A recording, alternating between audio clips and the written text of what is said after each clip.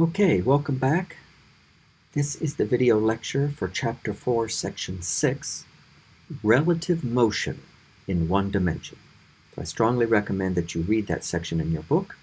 I'm going to summarize now some of the key ideas, and then we'll also talk about this in class. So the key idea is what we call relative motion in one dimension. Here's the point. If you want to measure important properties in kinematics, two of them are position and velocity for a particle. What you get for the position or the velocity of a particle depends on what is called the reference frame that has been used for the measurement. So first, let's be clear in physics what we mean by reference frame.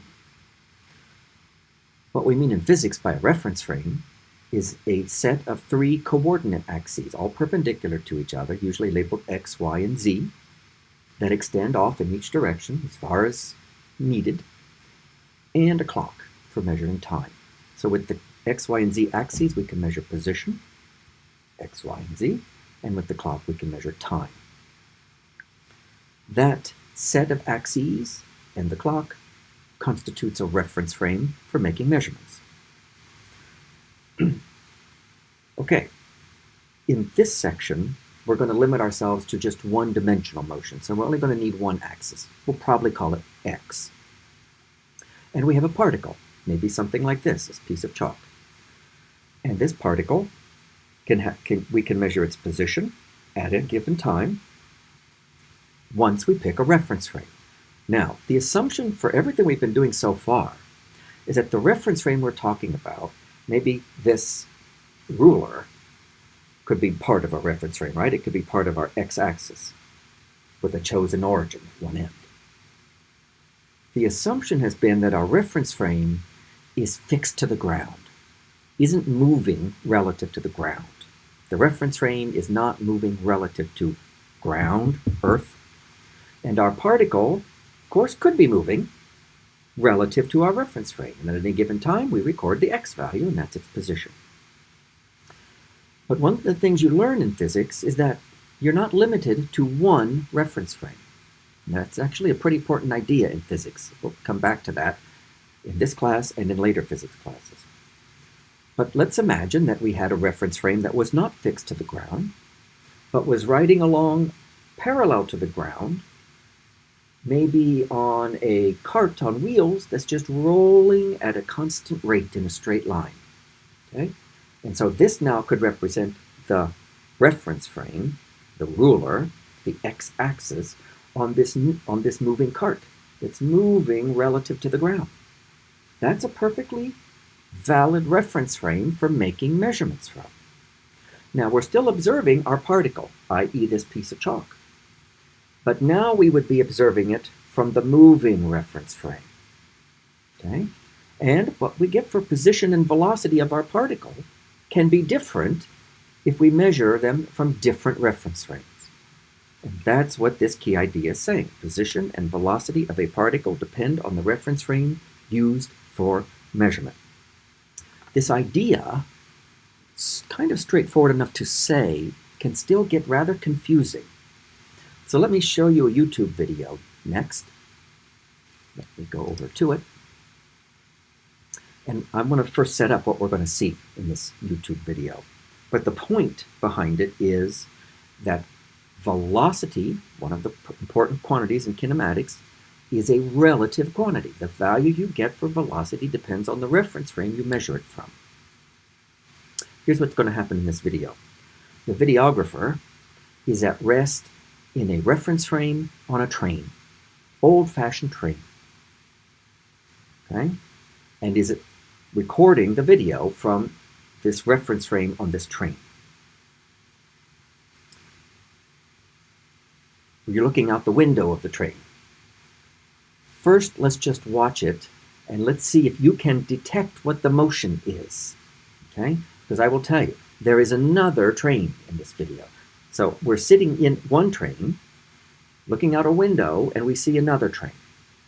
And let's just try to keep track of what's moving relative to what. Okay? Get this going.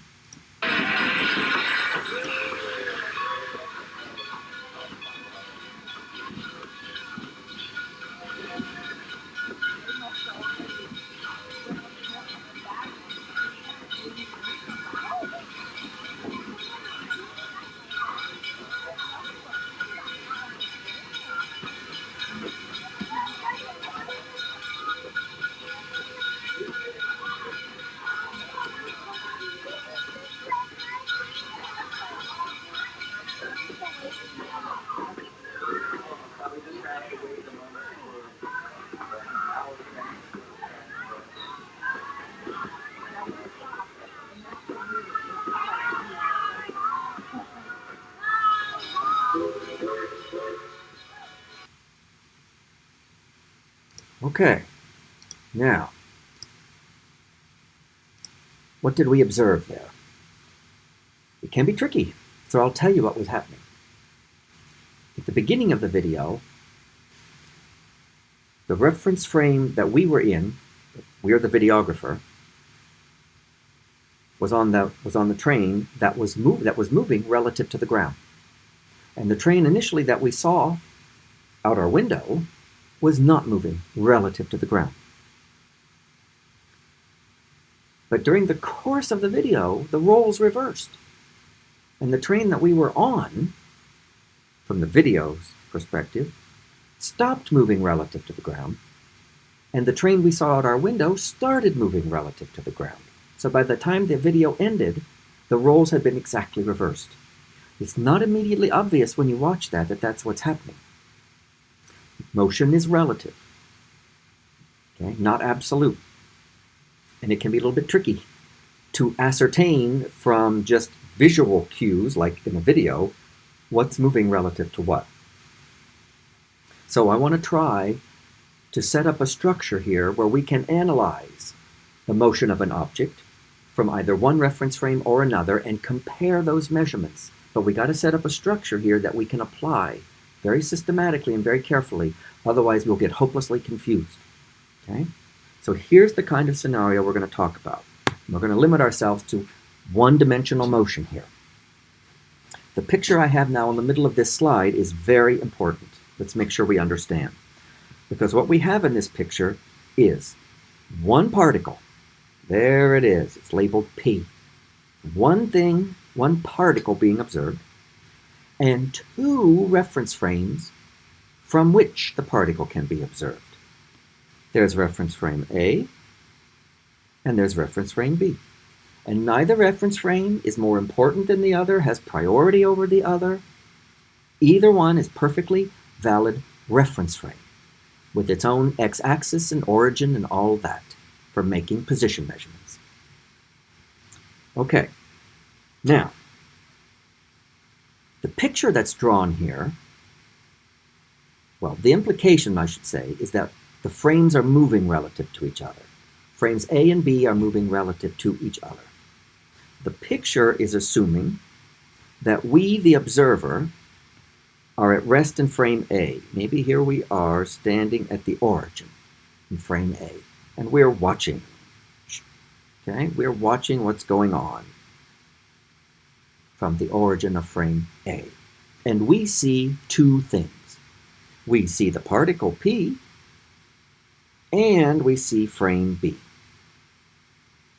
both of which can be moving relative to us in frame A. Okay? All right. So our job then is to record the position of the particle for us in frame A. Let's just do that first. That's not that hard.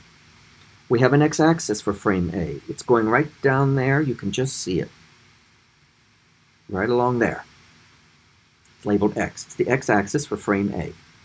And right here, I'll try to emphasize it so that you can see it clearly, is a tick mark that denotes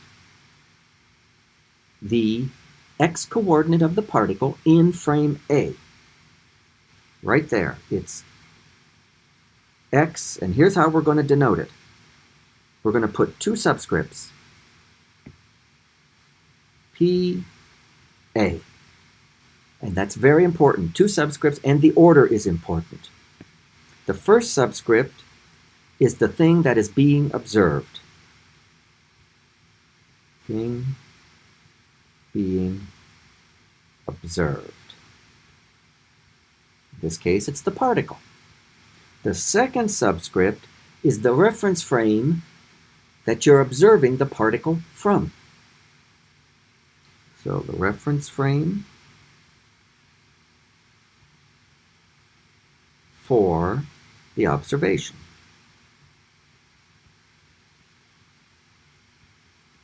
And that's going to be very important in this section of Chapter 4 that we use this subscript notation and we use it consistently and carefully. So what I'm referring to right now is that tick mark right there. It's the x-coordinate of particle P as observed by somebody in frame A. All right. Now, what if our observer was in frame B? Let's bring on another observer. Now we have an observer here at the origin of frame B, looking out onto the world to see what they can see. And of course, they see particle P.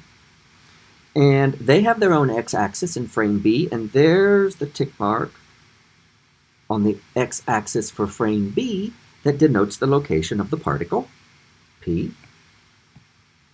Oops, pardon me, I'll get rid of some stuff. And how are we going to denote that x value?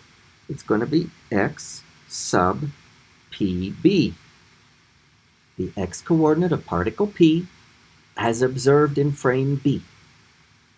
And now what I want to do is I want to compare those two x measurements.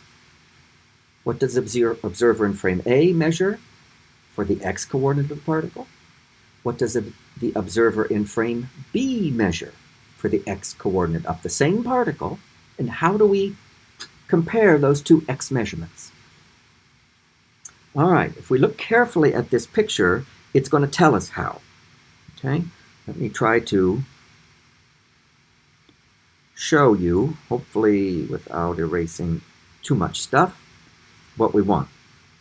This right here is the x-coordinate of the particle as observed in frame A. You go from the origin of A out to the tick mark on the A-axis, that is the location of the particle. This right here, that double-headed arrow, represents the x for the particle in frame B. Goes from the origin of B out to where the particle is.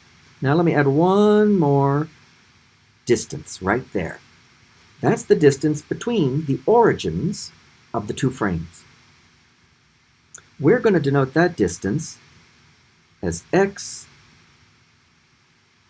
BA. What does that mean? It's the x-coordinate of the origin of frame B as observed from frame A. Because in frame A, you can observe frame B as well as the particle. Now, if that's the case, notice something. This distance right here, xPA, is equal to this distance right here, xPB, plus this distance, xBA. And that's all. That's the main observation you have to get. And here it is written right down here. But it's very important. I'm going to put a star by it. It's going to be our relative motion relationship.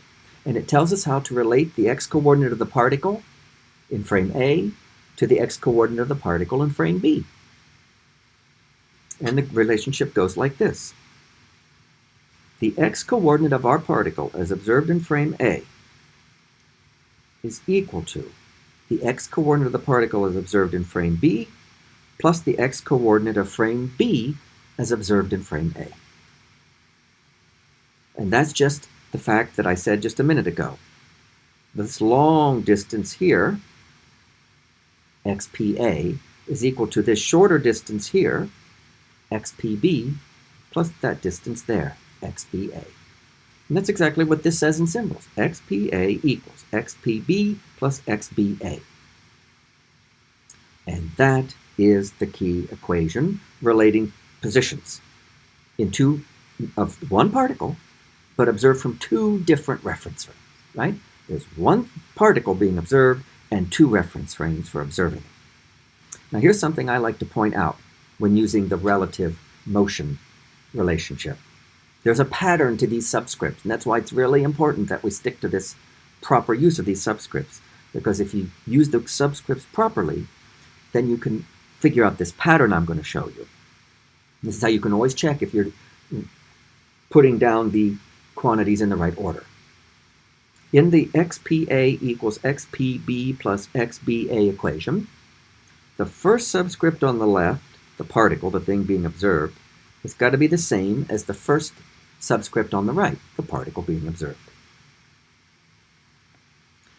The last subscript on the left, the reference frame A, has got to be the same as the last subscript on the right, the reference frame A. And the middle subscripts on the right, there and there, must be the other frame B. So if your subscripts adhere to this pattern, then you know you're combining those quantities correctly. Okay? You know you have the equation correct. If it doesn't follow this pattern, it's not correct.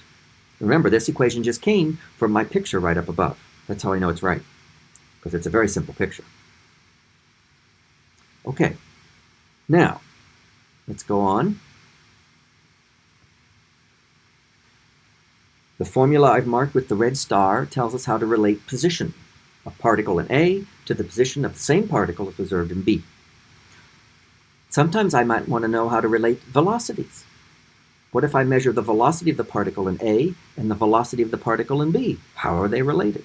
I showed you the video where there was relative velocity. All you do is take equation star and take the time derivative of both sides of every term. Okay? And then you can relate the velocities of the particles as observed in the two reference frames, A and B. And it's the same as equation star, except instead of x's, you have v's, because you're talking about velocities. So I'm going to put another star here, because this equation is just as important as the first one. And it's relating velocities. The velocity of our particle, as observed in frame A, is equal to the velocity of the particle as observed in B, plus the velocity of B as observed from A. And that's how you can relate velocities of a particle observed from two different frames. Now, we went from a relative position equation, taking a time derivative, we got a relative velocity equation. How about we go for acceleration now? All we got to do is take the time derivative of both sides of the second star equation to relate the acceleration of the particle, p, observed from the two frames A and B. And here something interesting happens that's different. First of all, in this chapter, we're going to assume that the velocity of the frames relative to each other is constant. Okay? The velocity of frame B as observed in frame A is not changing. If that's true, when I take the time derivative of the second star equation, when I take the derivative of the VBA, I'm taking the derivative of a constant. That gives me 0. So all that happens then is I have that the acceleration of the particle in frame A, which comes from differentiating with respect to time that v, is equal to the acceleration of the particle as observed in frame B. That comes from differentiating that v. So as long as the frames are moving at a constant velocity relative to each other, the two observers, the one in frame A and the other in frame B, will agree on the particle's acceleration. And that's important to remember. The two observers, one observer in frame A, the other observer in frame B, both observing the same particle, will not necessarily agree about the position of the particle or the velocity of the particle, but they will agree about the acceleration. And it's not that one observer is right and the other is wrong. Both observers are correct for their reference frame. Okay? Now, the last thing I want to show you is a couple of animations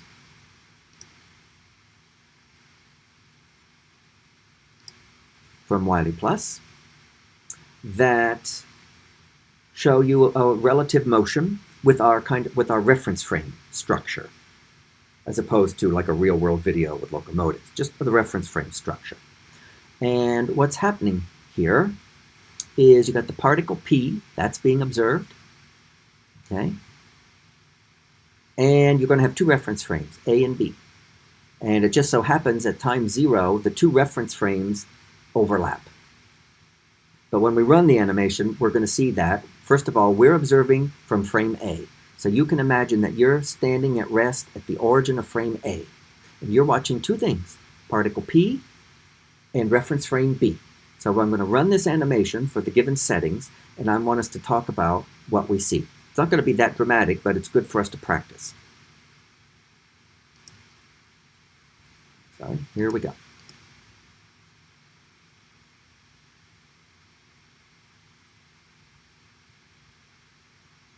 Okay, it ran for 8 seconds.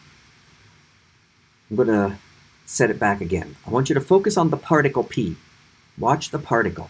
We are observing from frame A, and we are observing the particle. What can you tell me about the position and the velocity of the particle as observed in frame A? If you want to pause the video and think about it a little bit, feel free to do so. Okay, did you think about it a little bit? What do you observe about the position and the velocity of particle P as observed in frame A? Did you say the position isn't changing? Because there's particle P. Did you see it move? It's always at 20 on this x-axis, isn't it? The x position of the particle as observed in frame A is constant. So what does that mean the velocity of the particle as observed in frame A is? It's 0. That's a perfectly valid assumption, observation for frame A. I'm going to reset. Now I want you to watch what frame B is doing. Again, we're the observer in frame A. What is frame B doing?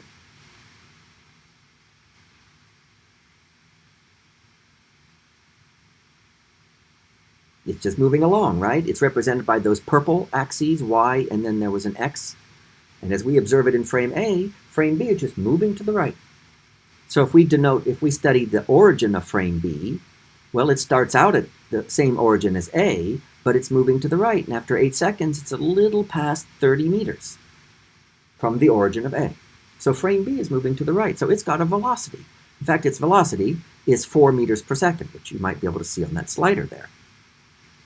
So we have observed two things from frame A in this animation. Particle P and frame B. All right, now, basically the same situation. Particle P is shown, but now we're going to observe from frame B, the frame B that I just showed you. And I'm not even going to show you frame A. I'm just going to show you frame B and the particle. When I run the animation and observe particle P from frame B, how do you think it's going to move? You want to think about that for a minute? You're welcome to pause the video.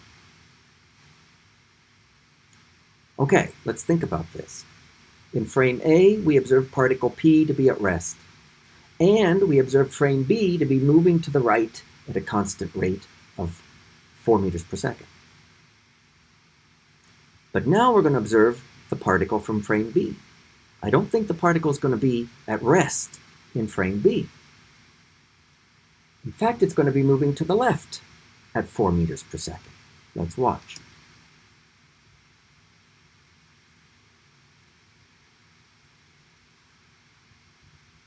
For 8 seconds. Okay? It went 32 meters to the left in the negative direction. So that's what you would observe for the particle P in frame B. It's not at rest. The particle P is at rest when observed in frame A. It's not at rest when observed in frame B. Motion is relative. What you observe for the motion depends on the reference frame that you observe from. Okay? But again, the main takeaway points that I want you to remember here are the starred equations. They tell you how to relate position measurements of the particle in the two frames and velocity measurements in the two frames. So remember those two starred equations and be careful with the subscripts. On all of these quantities, the x or the v's, the first subscript is the thing being observed, and the second subscript is the reference frame you're observing it from.